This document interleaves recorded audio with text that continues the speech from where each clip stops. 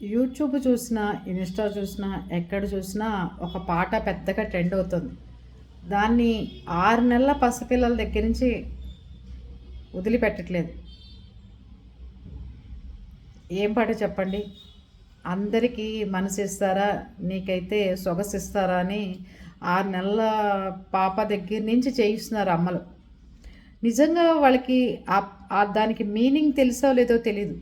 Husband వచ్చే టయానికి door తీసుకుని రీల్స్ చేసేవాళ్ళు కూడా అందరికీ మనసిస్తారా, నీకు సొగసిస్తారా అని చెప్పి ఆ పాటకి మీనింగ్ అనమాట. అది చాలా అసహ్యకరంగా అనిపిస్తుంది. పసిపిల్లల చేత ఇలాంటి డబల్ మీనింగ్ ఉన్న సంబంధించినవి చేయించకండి దయచేసి. తప్పుగా ఎవరు అనుకోవద్దు. బయట జరుగుతున్న పరిస్థితులు, బయట జరుగుతున్నవి చూస్తున్నాం మనం. చిన్న చిన్న పిల్లలను కూడా ఎవరు వదిలిపెట్టట్లేదు. అలాంటిది ఆ చిన్న పిల్లల చేతే నీకు సొగసిస్తారా, మనసిస్తారా అని చెప్పి మాట్లాడించడం చాలా తప్పుడైన విషయాలు.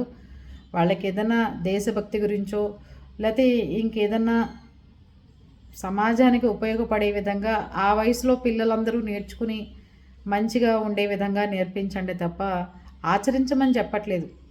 సొగసిస్తారా, మనసిస్తారా అని చెప్పి ఆ పాటలు పసిపిల్లల దగ్గర నుంచి స్టెప్పులు వేయించి ఆఖరికి కుక్క పిల్లల్ని కూడా వదిలిపెట్టకుండా అందరూ రీల్స్ చేస్తున్నారు.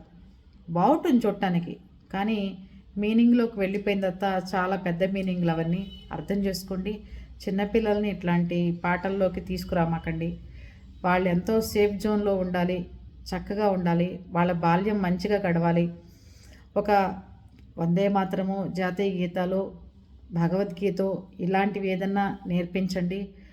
అంతేగాని క్లబ్ డాన్సులు, లల్లాయి పాటలు, డబల్ మీనింగ్ పాటలు, సినిమాకి వెళ్ళే చూడలేని సందర్భాల్లో మీరు మీ పిల్లలకి నేర్పించే విధానం కరెక్ట్ కాదు అనిపిస్తుంది.